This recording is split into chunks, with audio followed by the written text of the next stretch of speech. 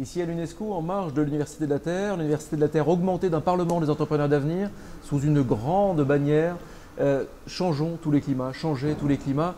Et j'ai le plaisir d'accueillir Frédérique Bedos. Bonjour Frédérique. Bonjour Éloi. Merci de vous prêter à ce petit jeu des questions-réponses. Questions-réponses post-débat, vous sortez à peine d'un débat, un débat autour des artistes, les artistes visionnaires de l'avenir. Vous en pensez quoi vous? Ce sont des visionnaires de l'avenir, les artistes? C'est sûr que les artistes ont des choses à nous dire qui sont souvent bien au-delà des mots. Et je crois même que leur message les dépasse eux-mêmes très souvent. Ils sont un peu des vecteurs d'un climat, pour le coup. On parle de changer les climats. C'est un des climats déjà. C'est un des climats. Et je pense que de plus en plus, les artistes les plus engagés sont véritablement des lanceurs d'alerte. Finalement, ils nous alarment sur la direction que prend le monde, la direction que prend la société. Et à un moment dans ce débat, il y a eu une question sur la science-fiction et le fait que très souvent, c'est quand même des visions un peu pessimistes. Ouais. Et je me dis qu'effectivement, moi ce qui me trouble, c'est que souvent ces visions sont pessimistes parce que finalement, elles décrivent un monde qui est que sur l'utilitaire, le côté utilitariste. Et effectivement, si on commence à ne poser que ce regard-là sur le monde et à faire en sorte que chacun soit juste utile, waouh, ça devient quand même une drôle de société, quoi. Et là, ce que je me dis, ce qui est très beau en parlant de l'engagement des artistes, c'est que finalement, c'est quoi l'enjeu? L'enjeu, c'est pas seulement de sauver la planète et notre humanité, c'est de sauver la beauté de ce monde. Ouais. C'est-à-dire que si nous enlevons la beauté, eh bien, on n'aura plus la motivation de se battre. On se battra pour quoi?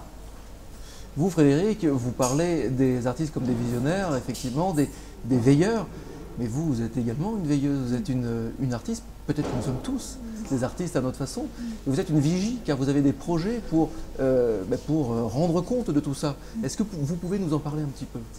Oui, en fait, ce que j'ai fait, c'est que moi, en tant que journaliste, j'ai créé le projet Imagine. Donc c'est une ONG d'information, d'inspiration et d'action. L'idée, c'est d'informer, mais avec espérance, faire du journalisme avec espérance, et notamment en faisant le portrait des héros anonymes du monde entier, tous ces hommes, ces femmes qui font des choses absolument remarquables et qui sont donc des sources d'inspiration extraordinaires, qui nous montrent que tout est possible et que c'est dans nos mains. Et donc, c'est aussi une responsabilisation de chacun. Et c'est réaliser que finalement, notre monde nous appartient, notre destin, il faut se le réapproprier, nous avons un rôle à jouer. C'est une bonne nouvelle en soi, parce qu'on se sent souvent très impuissant face aux enjeux qui nous paraissent tellement immenses. Mais là aussi, ce que j'aime énormément, c'est qu'on se rend compte que oui, nous, chacun de nous, hommes, femmes, aussi fragiles que nous sommes, si nous commençons à bâtir des solidarités, alors tout peut changer. C'est là que se trouve la véritable force. C'est un peu ça le message du projet Imagine. Moi, Frédéric, en vous entendant parler de ce projet, j'ai une question très personnelle qui me vient et donc je vais la poser. Nous sommes donc le samedi 5 décembre 2015 en marge de cette Université de la Terre à l'UNESCO. Vous avez écrit, vous avez raconté votre histoire dans un livre qui nous a tous transportés. Il m'a transporté, il nous a tous émus.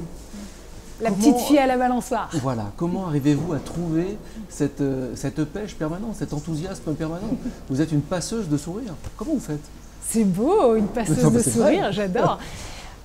C'est intéressant parce qu'on pourrait se dire, même sous ce vocable passeur de sourire, bon, elle est mignonne, elle est gentille, c'est un peu bisounours ce qu'elle fait. Sauf que non. Sauf qu'effectivement, en fait, ce sont des messages puissants.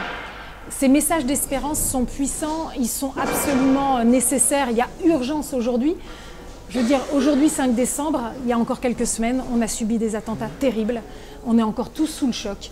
Et moi, c'est vrai que dès le lendemain, j'ai envoyé un mail, un message à tous mes bénévoles pour dire à quel point, justement, plus que jamais, nous devons être absolument déterminés à poser la lumière sur l'espérance, sur la bonté, sur la douceur. Il y a urgence. Le monde crève de manque de partage, crève de peur aussi, crève de peur. C'est-à-dire que la peur empêche d'aimer. Si vous avez peur, vous n'allez pas vous approcher de votre voisin, vous n'allez pas partager puisque vous avez peur de manquer, etc., etc. Donc vous voyez, les enjeux sont véritablement là et on n'est pas du tout dans une histoire de bisounours. Effectivement, l'amour est quand même la solution. Je sais que ça paraît être presque un gros mot, surtout dans la bouche d'une journaliste, parce que ça ne fait pas sérieux. Vous savez, il y a d'autres grands révolutionnaires qui nous ont précédés et qui ont montré à quel point ce n'était pas une vision de bisounours, mais c'était très concret. Et je vous citerai Martin Luther King là-dessus.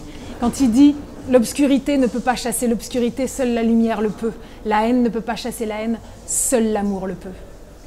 Je crois qu'il n'y a plus rien à rajouter après ça. Tout est dit. Merci beaucoup Frédéric. Merci Éloi.